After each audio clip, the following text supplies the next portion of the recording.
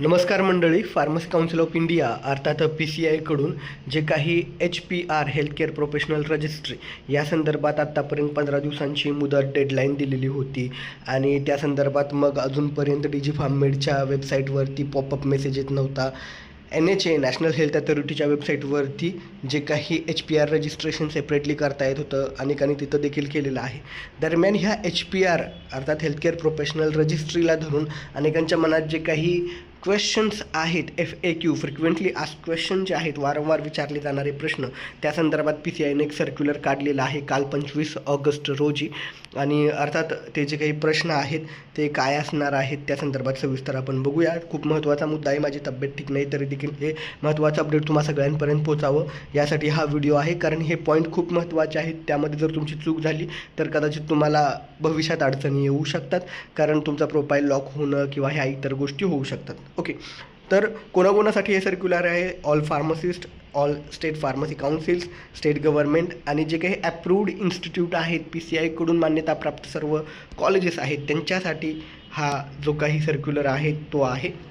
अर्थात यामध्ये सुरुवातीला HPR काय आहे ते सांगितले आहे. तर हेल्थकेअर प्रोफेशनल रजिस्ट्री अर्थात आयुष्यमान भारत डिजिटल मिशन जे आहे त्या अंतर्गत फार्मसिस्ट देखील आरोग्य यंत्रणेचा भाग आहे. त्याला एक वेगळी आयडेंटिटी मिळावी या दृष्टिकोनातून HPR रजिस्ट्रेशन लागू केलेलं आहे. अर्थात जी 15 दिवसाची डेडलाईन होती ती कोणासाठी लागू आहे? तर ती डेडलाईन ही केवळ या ठिकाणी जे कोणी फार्मसी काउन्सिल ऑफ इंडियाकडून मान्यताप्राप्त जे कॉलेजेस आहेत, टीचिंग स्टाफ आहे, शिक्षक आहेत, त्यांच्यासाठीच फक्त डेडलाईन आहे. का तर DigiFarmMedच्या वेबसाईटवरती शिक्षकांचं ऑलरेडी पोर्टल होतं. बाकी इतर जे फार्मसिस्ट आहेत, जसं की नुकतंच ज्यांनी फार्मसी पूर्ण केल्यानंतर त्यांच्या रिस्पेक्टिव्ह स्टेट फार्मसी काउन्सिलकडं किंवा या अगोदरपासून बाहेर काम करणारे फार्मसिस्ट असतील, त्यांना या ठिकाणी DigiFarmMedच्या वेबसाईटवरती अकाउंट नव्हतं. त्यांचं स्टुडंट म्हणून स्टुडंटनी बनवलेलं होतं, पण ॲज अ फार्मसिस्ट म्हणून ज्यांचं DigiFarmMedच्या वेबसाईटवरती अकाउंट नाही आहे आणि केवळ फार्मसिस्ट म्हणून ते काम करत आहेत, मग ते कुठेही इंडस्ट्री असो किंवा बाहेर या ठिकाणी स्वतःचं मेडिकल शॉप किंवा कुठेही, त्यांच्यासाठी नाही आहे. फक्त ज्यांचं DigiFarmMedचं ऑलरेडी अकाउंट आहे, टीचिंग स्टाफ आहे, त्यांच्यासाठी ती 15 दिवसांची डेडलाईन होती.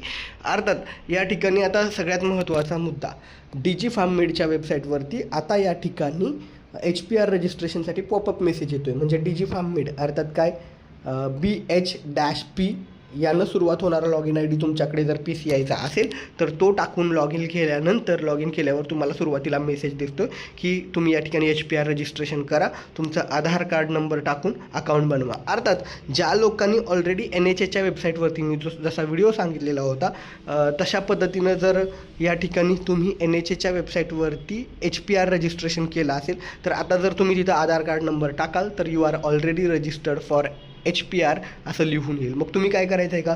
काहीच करायचं नाही आहे. NHAच्या वेबसाईटवरती असो किंवा या ठिकाणी DigiFarmMedच्या वेबसाईटवरती असो, कुठेही एका ठिकाणी तुम्ही एकदा जर या ठिकाणी HPRसाठी रजिस्ट्रेशन केला असेल तर तुम्ही परत ते रजिस्ट्रेशन करायची गरज नाही. राहिला प्रश्न या ठिकाणी त्या NHAच्या वेबसाईटवरती तुम्ही जे HPR रजिस्टर केलं आहे ते कशा पद्धतीने इकडे लिंक करायचं, तर त्यासाठी तुम्ही ग्रीव्हियन्स टाकू शकता किंवा PCIला त्या संदर्भात ग्रीव्हियन्समध्ये लिहू शकता.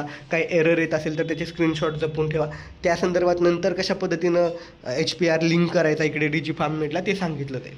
सगळ्यात महत्त्वाचा मुद्दा काय, तर ऑलरेडी HPR असेल तर म्हणजे NHAच्या वेबसाईटवरती ऑलरेडी HPR क्रिएट केला असेल तर पुन्हा वेगळा बनवू नका. दुसरी गोष्ट, या आधीच तुमचं DigiFarmMedवरती अकाउंट असेल तर पुन्हा वेगळं एकदा न्यू रजिस्ट्रेशन करू नका. थोडक्यात PCIला काय सांगायचं आहे, मल्टिपल आणि डुप्लिकेट तुमचे रजिस्ट्रेशन बनवू नका. मग ते कोणतंही असो, ते HPR असू दे किंवा या ठिकाणी तुमचं DigiFarmMedचं अकाउंट असो, कोणतंही डुप्लिकेट बनवू नका. अनेकांनी काय केलेलं आहे, पॉपअप मेसेज येत नाही म्हणून न्यू रजिस्ट्रेशन करून DigiFarmMedच्या वेबसाईटवरती नवीन अकाउंट बनवायचा प्रयत्न केला.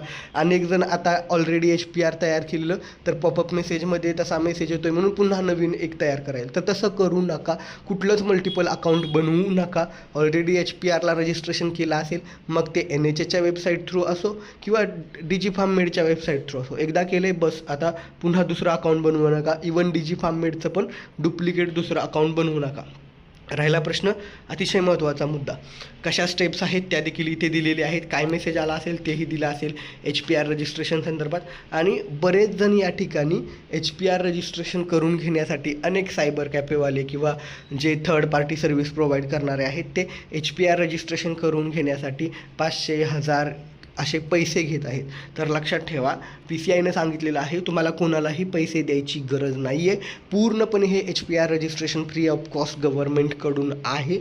आणि 15 दिवसाची डेडलाईन ही केवळ आणि केवळ टीचिंग स्टाफ आणि या ठिकाणी ज्यांचं ऑलरेडी DG फार्ममेडला अकाउंट होतं त्यांच्यासाठीच आहे. बाकी इतरांनी कुठल्याही पद्धतीची घाई करू नका, गडबड करू नका, कोणालाही HPR रजिस्ट्रेशन करून घेण्यासंदर्भात पैसे देऊ नका. अर्थात हे जे काही FAQ आहेत किंवा स्टेप्स दिलेले आहेत हे महत्त्वाचे क्वेश्चन आहेत ते मी तुम्हाला या ठिकाणी पाठवत आहे. ही PDF फाईल मी आपल्या टेलिग्राम चॅनलवरती टाकतो आहे. तब्येत ठीक नाही तरी देखील हे महत्त्वाचं अपडेट वेळात तुमच्यापर्यंत पोहोचावं यासाठी हा व्हिडिओ बनवलेला आहे. आणखीन एक खूप महत्त्वाचा मुद्दा होता राहिलेला, मिस झालेला. लक्षात ठेवा, जे विद्यार्थी नुकतेच पासआउट झालेले आहेत, अर्थात लक्षात ठेवा तुमचं पहिलं रजिस्ट्रेशन हे तुमच्या स्टेट काउन्सिलकडं होतं. तुम्ही तुमच्या स्टेट काउन्सिलकडं ॲज अ फार्मसिस्ट म्हणून रजिस्ट्रेशन करणं गरजेचं आहे.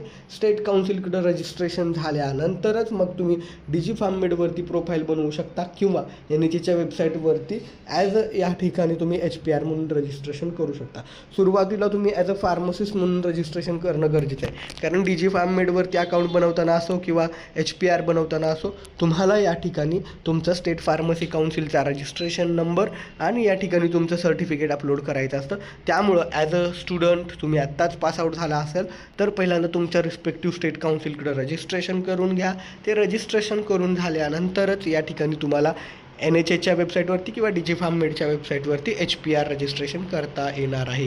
ही माहिती आवडली असल्यास व्हिडिओला लाईक करायला आणि सर्व जे कोणी या ठिकाणी टीचिंग स्टाफ असेल किंवा इतर स्टुडंट असतील सर्वांसोबत हा व्हिडिओ शेअर करायला विसरू नका. धन्यवाद. थँक्यू.